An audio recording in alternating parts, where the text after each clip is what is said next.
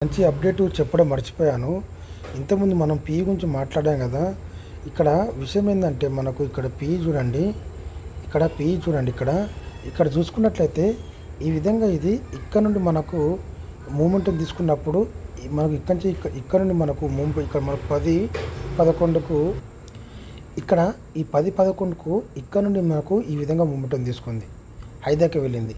కాకపోతే ఇక్కడ మన ఆడేసుకున్న పీలో చూసుకున్నట్లయితే ఇక్కడ నుండి మూమెంటం అనేది ఇక్కరాక రావడం జరిగింది అంతే. క్లియర్ చూసినట్లయితే మనకు ఇక్కరాక రావడం జరిగింది. ఆ తర్వాత మళ్ళీ డౌన్ సైడ్ అయింది. ఎందుకనంటే ఇది మనకు ఈరోజు ఓపెనింగ్ అయిన ఈ 9:15 క్యాండిల్ కిందికి రావడం జరిగింది. ఇక్కడ ఇది కిందికి రావడం వల్ల ఇది మళ్ళీ పైకి వెళ్ళిన కూడా ఇది మనకు రెసిస్టెన్స్గా మారింది. ఈ విధంగా చూసుకున్నట్లయితే మళ్ళీ ఇక్కడ మూమెంటం తీసుకున్నా కూడా ఇది మనకు దీని మాత్రం ఇక్కడ విక్కు ఏర్పరచడం కూడా క్లోజింగ్ చూడండి, క్లోజింగ్ ఒకసారి చూడండి. ఇక్కడ దీని విక్కుల నుంచి మనకు డౌన్ సైడ్ అవ్వడం జరిగింది. అంటే మనం గుర్తుంచుకోవాల్సింది ఇది మూమెంటం ఉంటుంది. అది ఎప్పుడు ఇది కూడా మనం ఆడేసుకున్న ఈ మామూలు పీలు కూడా మనకు మూమెంటం ఉంటుంది. ఎప్పుడైతే ఈ 9:15 క్యాండిల్ కిందికి రానంత వరకు ఎప్పుడైతే ఈ 9:15 క్యాండిల్ అనేది దీని కిందకి రానంత వరకు దీని మీదన ఉన్నట్లయితే ఇది ఇక్కడి నుంచి మూమెంట్ ఇక్కడి నుంచి మూమెంట్ ఉన్నట్లయితే మనకు పైకి వెళ్ళే అవకాశాలు ఉంటాయి. అదే మనకు మెయిన్ పీలో అదే జరిగింది. దీంట్లో అదే జరిగింది. ఈ విధంగా మూమెంటం వచ్చి మళ్ళీ ఇక్కడ మనకు మూమెంటం తీసుకుంది కదా. ఇక్కడ దీని మీద నుంచి వెళ్ళి అప్పుడు ఇది దీన్ని క్లోజ్ చేయలేదు, దీని కిందికి రాలేదు ఎప్పుడు. అందుకే ఈ విధంగా మూమెంటం చూసుకుంది. అర్థమవుతుందా? ఎప్పుడైతే దీని కిందికి వచ్చిందో ఇది కూడా డౌన్ సైడ్ వచ్చే అవకాశాలు ఉండేవి.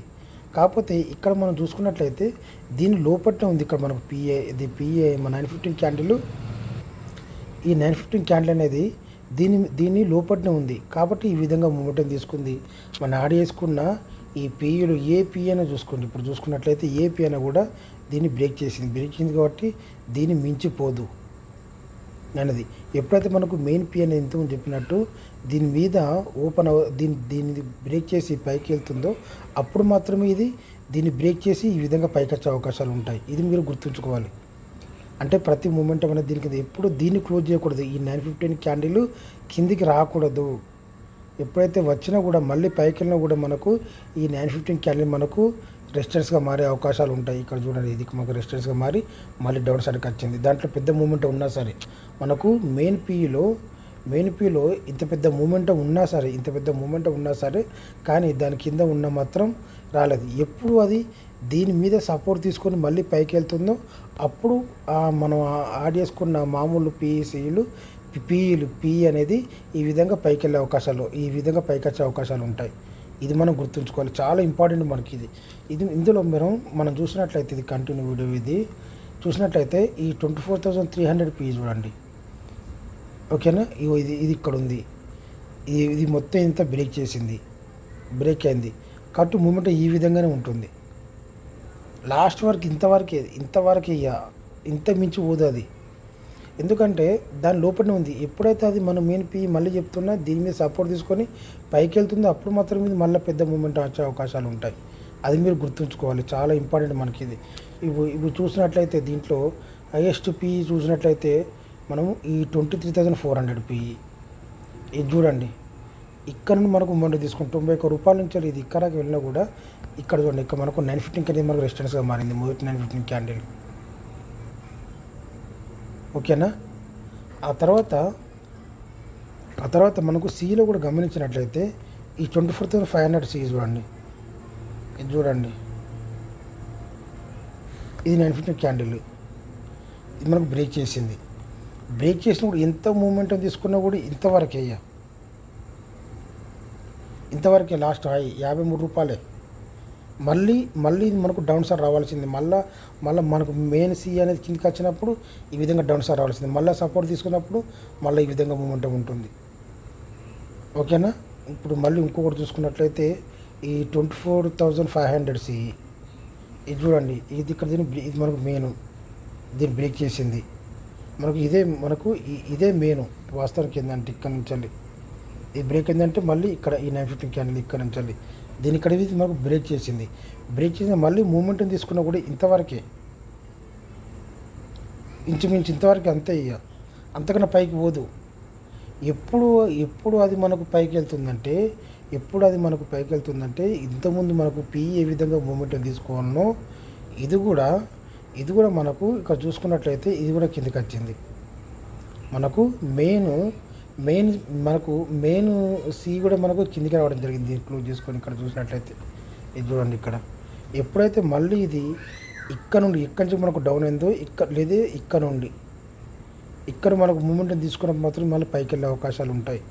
ఎప్పుడు కూడా ఈ 915 క్యాండిల్ని బ్రేక్ చేయకూడదు. ఎప్పుడైతే ఈ 915 క్యాండిల్ బ్రేక్ చేసి కిందికి వస్తుందో మళ్ళీ మూమెంటం తీసుకున్నా కూడా ఇది మళ్ళీ మనకు ఈ విధంగానే ఉంటుంది, కిందికి వచ్చే అవకాశాలు ఉంటాయి. ఇదే మనకు బార్డర్ అయిపోతుంది.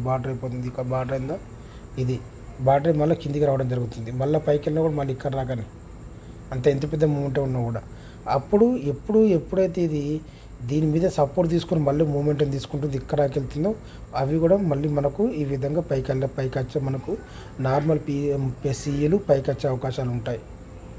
ఇది మనం గుర్తుంచుకోవాలి మార్కెట్లో. ఇది చాలా ఇంపార్టెంట్ వీడియో, ఇది కంటిన్యూ వీడియో. ఆ వీడియో కలిసి చూస్తేనే మనకు అర్థమవుతుంది మెయిన్గా చూసినట్లయితే. మళ్ళీ ఇంకొకటి మనం ఈ 24,300 సిఈ ఇది చూడండి. ఇక్కడ బ్రేక్ చేసింది, మనకు మెయిన్ సిఏ బ్రేక్ చేసింది. వీటిని కూడా అడిగింది, చెప్పండి ఒకసారి. పెద్ద మూమెంట్ ఎట్లా ఉంటుంది? ఉండదు. ఎంత ఉన్నా కూడా ఇంతవరకే. అర్థమవుతుందా? ఇది ఎక్కడి నుంచి వెళ్ళి ఇది మనకు 83 రూపాయల నుంచి వెళ్ళి మనం ఎక్స్పెక్ట్ చేసుకుంటే 3 వేసుకుంటే 100 రూపాయలు, 101 రూపాయి అంతే. ఇది మనం చాలా గుర్తుంచుకోవాల్సిన విషయం, మర్చిపోకూడదు. ప్రతి ఇంపార్టెంట్. ఎందుకు మళ్ళీ చెప్తున్నాను అంటే దీన్ని బట్టి మనకు మార్కెట్ అనేది మనం డబ్బులు సంపాదించుకునే అవకాశాలు ఉంటాయి.